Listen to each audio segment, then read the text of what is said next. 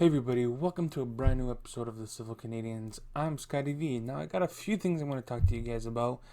Surprisingly, it's more DC than anything else, but I do have some Marvel related topics I do want to talk about. So I'm going to do the Marvel stuff first, and then from there I'll transition over to DC. Alright, so Sony has officially moved around its dates for their Spider-Man movies. Now, Spider Man 3 will be coming out November 5th, 2021, instead of July. So, just move down a couple of months, no big deal. And also, Spider Man Into the Spider Verse got moved to October 7th, 2022. Well, that's not really a big shift, but because of Sony changing the date for Spider-Man 3, Marvel Studios and Disney had to do some shifts of their own. So, Doctor Strange has been moved to March 25th, 2022. I'm going to have the pictures of the new dates somewhere up here so that this you guys can follow along with me. Spider-Man's coming out November 5th, 2021, like I said. And Thor Love and Thunder has been moved up a couple of weeks to February 11th, 2022. So that's pretty much it for the Disney side. The biggest shift was Doctor Strange because Doctor Strange was originally supposed to come out in November of 2021, but not because Spider-Man took that place. Doctor Strange had to be moved over a bit. Following these changing dates of the Marvel movies, DC has also done the same. So I have the list right in front of me here, and I'll just read down the list for you. The new dates for the DCEU movies. So obviously we know Wonder Woman is coming out on August 14th, a week before my birthday. So thanks Warner Brothers. I hope it comes out a week before my birthday. Then we got the Suicide Squad coming out August 6th, 2021. And then we got the Batman that got moved over to October 1st, 2021. And then we got the Black Adam movie. It's still, I believe it hasn't changed. It's still coming out December 22nd, 2021. Then we get The Flash, June 3rd, 2022. And then we get Shazam, November 4th, 2022. And Aquaman 2, December 16th, 2022. So, what am I going to say? I can't really say much about that. It's just this whole virus thing is just shifting everything around, and what do we can't really do much. The 2020 is going to be going down as one of a crappy year. So, what are you gonna do? It's like you can't really do much about that. But it's fine for me. It's like it's really hard to explain what this is doing. Like, yes, the things we do like and like to enjoy are kind of put on hold for now. The other thing I want to talk about is the Wonder Woman 1984 promo art. It's extremely cheesy with the 80 authentic design and stuff. Like it's taking place in the 80s, right? But it's just cheesy. I don't like it. I like things modern and realistic. I'll put the picture on the screen here, but I have the picture right in front of me as a reference, which is kind of like, I don't know if you can see it, but it's so cheesy. I don't like it, but it has the stars like what Wonder Woman looked like in the 80s, right? Because there was a show with Linda Carter way back when, way before my time. So it's fine. I'm pretty sure the people who are from the 80s, who were born and raised in the 80s, will probably enjoy it more than us new kids on the block.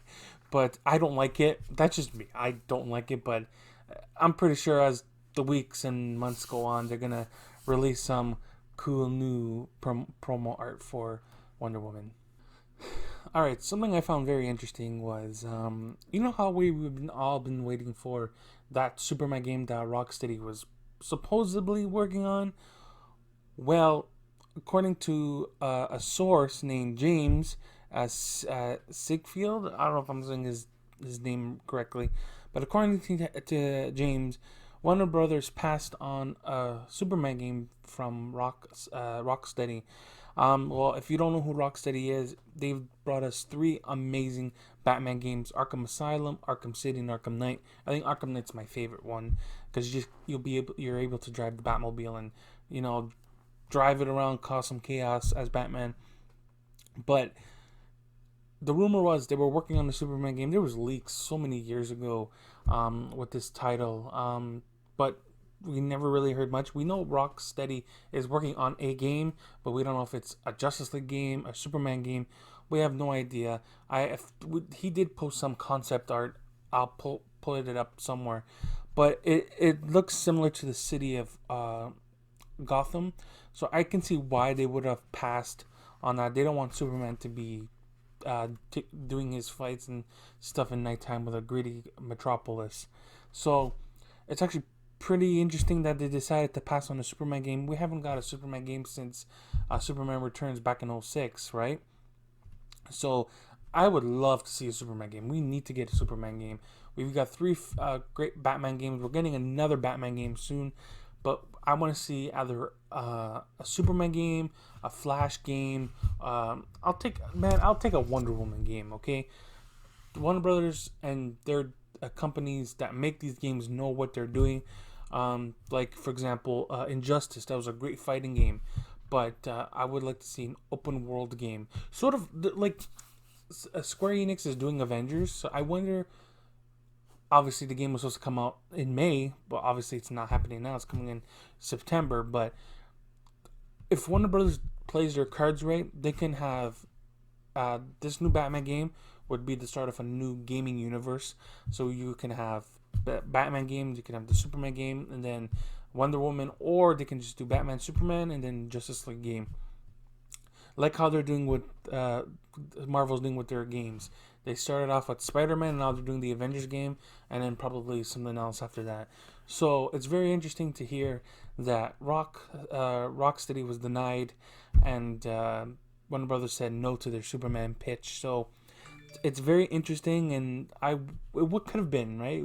We don't live in a world of what ifs, but you could imagine what it could have been, and if we got a Superman game. But at the same time, Superman is such a challenging character to create a game around because he's so overpowered. Like Superman can take down anybody, right? One little flick and you're done, right? So it's very challenging to bring him down to earth. Sort of not.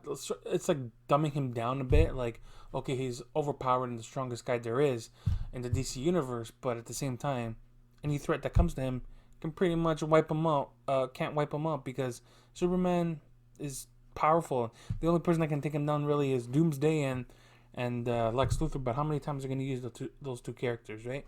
So overall, me personally, I'm disappointed we don't have a Superman game. But at the same time, I'm pretty sure WB is taking more care of their video games than they are their movies, because where's our Man of Steel 2? We want Henry Cavill to be back for another Man of Steel movie. We do not want any other actor playing Superman. Anyways, now I'm getting off topic. So that's all for me for this week. Thank you for my views on my Venom versus Carnage versus Spider-Man video. Yes, that was just an opinion piece. We were talking about what we want to see in Venom 2 and possibly Venom 3. Alright guys, see you soon. Be good. My Ant-Man review will be coming next week, and then I'm doing Civil War, and that's it for my MCU movies. I'm not doing all of them again because I rewatched them, and I'm like, my opinion on those movies are still the same, so I'm just going to add them to the playlist. Alright guys, see you soon. Be good.